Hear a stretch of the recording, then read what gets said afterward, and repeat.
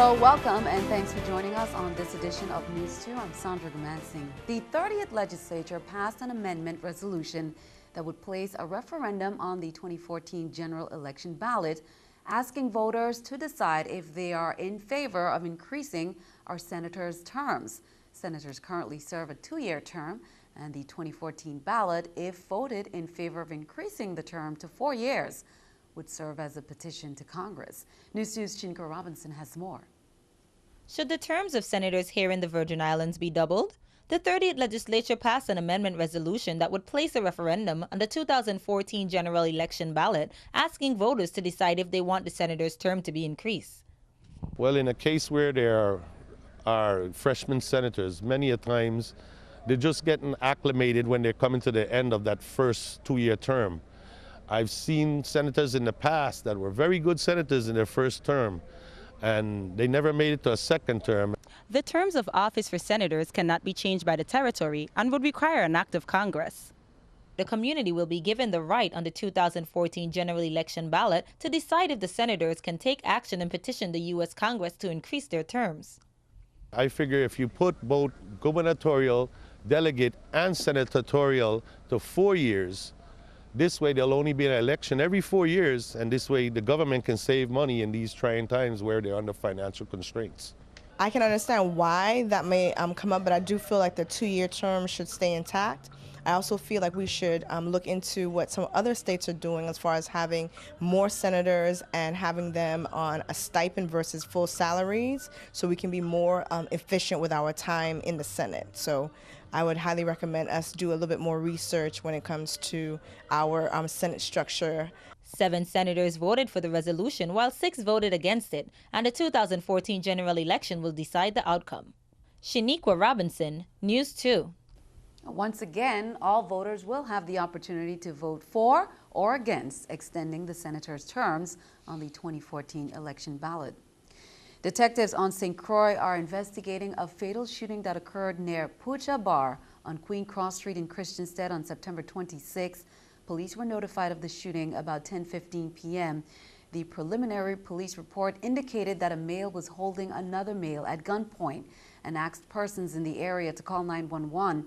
Before units could arrive at the location, 911 was notified that at least one shot was fired. When officers arrived on the scene, they observed the injured victim lying on the ground. EMTs on the scene said the victim was unresponsive. He was taken to the Juan Louis Hospital and Medical Center and pronounced dead by medical staff. Police have not released the victim's name pending confirmation of next of kin. The alleged shooter voluntarily surrendered his licensed firearm to police on the scene. Well, a local Head Start remained closed Friday after one man was robbed and shot inside and outside of the school. Human Services officials have closed the center until further notice, and they're now focused on providing counseling for the families. News 2's Erica Parsons has more. While debates continue in Washington over tougher gun laws, the St. Croix community is still reeling from a shooting Thursday at a local Head Start. We're told those preschoolers, the staff, and their families spent the day in counseling. 3- and 4-year-olds from a Williams Delight Head Start have a long road ahead of them to recover after witnessing a robbery gone wrong. The father dropped off his child at the Head Start, and then upon exiting the building was accosted by several assailants who attempted to rob him. They shot him. He ran back into the Head Start building. One at least followed him into the Head Start building and shot him again. Human Services officials who operate the facility said it was unimaginable. A horrible incident, something that should never happen, and it is just so disappointing and unbelievable to us that there would be such callousness, disregard. The department's psychologists and social workers began working with the student staff and their families Thursday, and officials say parents will play a huge role in helping the young victims get through this. They need to do the best to, assure the children that they're safe, that their parents are watching out for them, that the home is secure, that the parents are always going to protect them. Officials say they want to do their part to keep the students and staff safe. That could mean relocation. We are looking at alternate locations just because of what's happened and what might be associated with that center. The parents will have a voice in this as well. The school remained closed Friday and will be until further notice. While the search continues for a temporary location, the plans to consolidate the Frederiksted centers can't come soon enough. Erica Parsons, News 2. No students or staff, again, were harmed physically, and Commissioner Finch said they've notified the federal government about the incident. Well, one St. Croix resident who heard about the early morning shooting said the community needs to take the lead to address the problems of crime. My feeling is this is the way we are living now. The people have to get involved and find out the causes of why people do this to ourselves, why we do this to ourselves. We have to find a solution, and we have to find it quickly because, as you can see, we are killing each other. Meanwhile, Senator Kenneth Gittens also gave his reaction after hearing the news of the shooting. He said this is just one of the reasons for Bill number 30-0065, an act to expand the perimeter within which it is a violation to carry an unlicensed firearm from 100 feet to 1,000 feet and for other purposes, specifically within 1,000 feet of a public or private elementary school, junior high, secondary school, college, university, or playground or housing facility owned by the Public Housing Authority, private youth center, school bus shanty, school bus stop, public or private senior centers, public swimming pools, or public beach. What took place on Thursday morning in the Williams-Lady area at that Head Start should not have happened.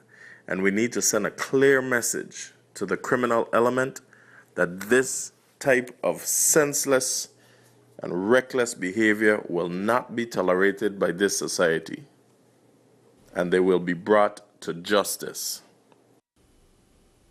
Well, meanwhile, according to the Virgin Islands Police Department, there is no update on the robbery and that shooting that occurred yesterday. Again, one victim was shot at least twice and was taken by ambulance to the Juan Louis Hospital. None of the children or Head Start employees were injured, and the center was closed today as a result of the incident. Police are still searching for the suspects who showed no concern for the welfare of the children that were present. On Wednesday, Hovenza officials conducted a tour and briefing for the Department of Planning and Natural Resources Commissioner Alicia Barnes, Virgin Islands Territorial Emergency Management Agency Director Elton Lewis, VI National Guard Adjutant General Ronaldo Rivera, and members of their respective agencies. The tour was followed by a briefing in the main conference room of the administration building. During the briefing, officials learned, among other things, that the removal of the hydrocarbons from and cleaning of all process units in the refinery was completed in July of last year. Well, the House will now have to deal with the spending bill after the Senate voted to keep the president's health care plan. Now a government shutdown looms. Tara Mergener has more from Capitol Hill. The ayes are 54. The Senate vote passed along party lines after Democrats stripped language from the bill defunding the president's health care law. No Republicans voted for the bill. Obamacare has been the law for 4 years. Why don't they get a life and talk about something else? Texas Senator Ted Cruz, who lost his battle to keep the health care language in, called on House Republicans to once again vote to defund the Affordable Care Act. People are hurting because of Obamacare. And if the House continues to listen to the people, as I'm confident they will act decisively to prevent the harms that are flowing from Obamacare. House Speaker John Boehner says he will not support the Senate version of the temporary spending bill, which is angering some fellow Republicans. This infighting is harming the Republican Party, and it should stop. House leadership has signaled they are considering a new bill that would delay the Affordable Care Act for 1 year. But the president says that's a non-starter. I said this yesterday, let me repeat it. That's not going to happen. An estimated 800,000 federal employees will be sent home without pay if the two sides can't reach a deal by midnight Monday. Tara Mergener for CBS News, Capitol Hill.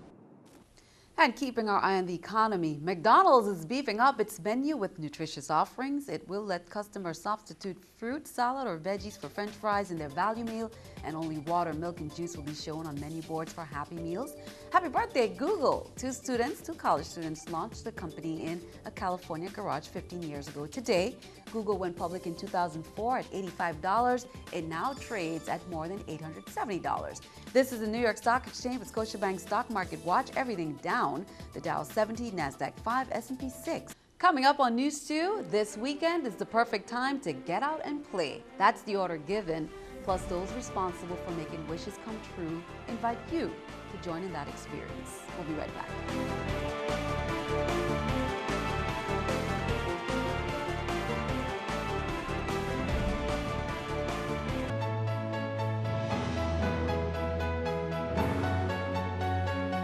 Well, as we reported earlier this week, we have an update for you on a bone marrow drive for 4-year-old Michaela Francois. As we reported, she was diagnosed in January with a rare blood disorder called Fanconi anemia. She needs a bone marrow transplant in order to ultimately survive. There's no match among Michaela's relatives.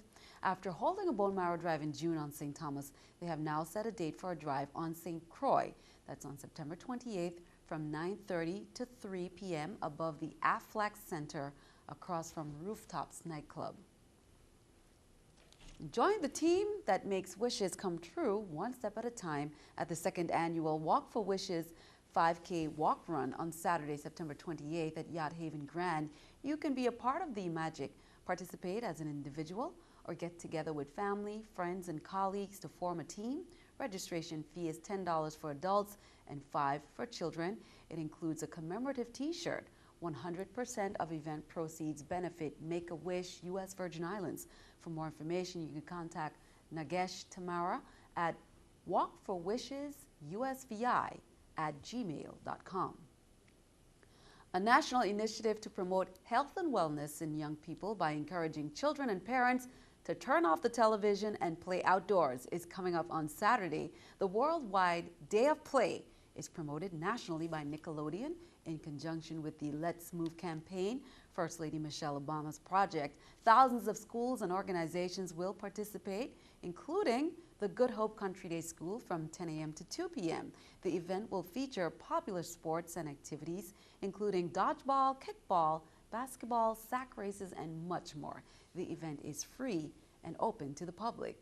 And don't forget, the St. Thomas St. John District's annual Back to School Parent Conference is set for Saturday from 8 a.m. to 3 p.m. at Sugar Bay Resort. The theme for this year's conference is helping parents to keep the pace with their 21st century children. Dr. Konjufu has spoken out and has written about the conspiracy to destroy black boys, as well as advocating for the village being there for children. And Daryl Andrews, best known as a coach, a motivational speaker who showed up on his college campus with no money, no registration, 5 garbage bags because he had no luggage and only a dream. He pursued his dream, and today he has a college degree and a successful enterprise. Parents have the opportunity to speak to reps from the superintendent's office and share concerns and recommendations. The opportunity is open to all and is free. You may register on site. Lunch will be served at no cost to participants. And the Law Enforcement Planning Commission's annual Night Out Against Drugs, Crime, and Violence event has continued to build awareness about illegal guns and other activities. And this year, the agency is celebrating its 26th. For years, the Night Out has been hosted in Frenchtown with hundreds gathering for a rally at the Joseph Urbain Ballpark. You can expect service providers, prevention programs, live entertainment, bouncers for the young ones. Now, organizers hope the Night Out will be able to reach more of the young people and curb some of the escalating violence in the community. Be sure to stick around. Your News 2 AccuWeather forecast is coming up next.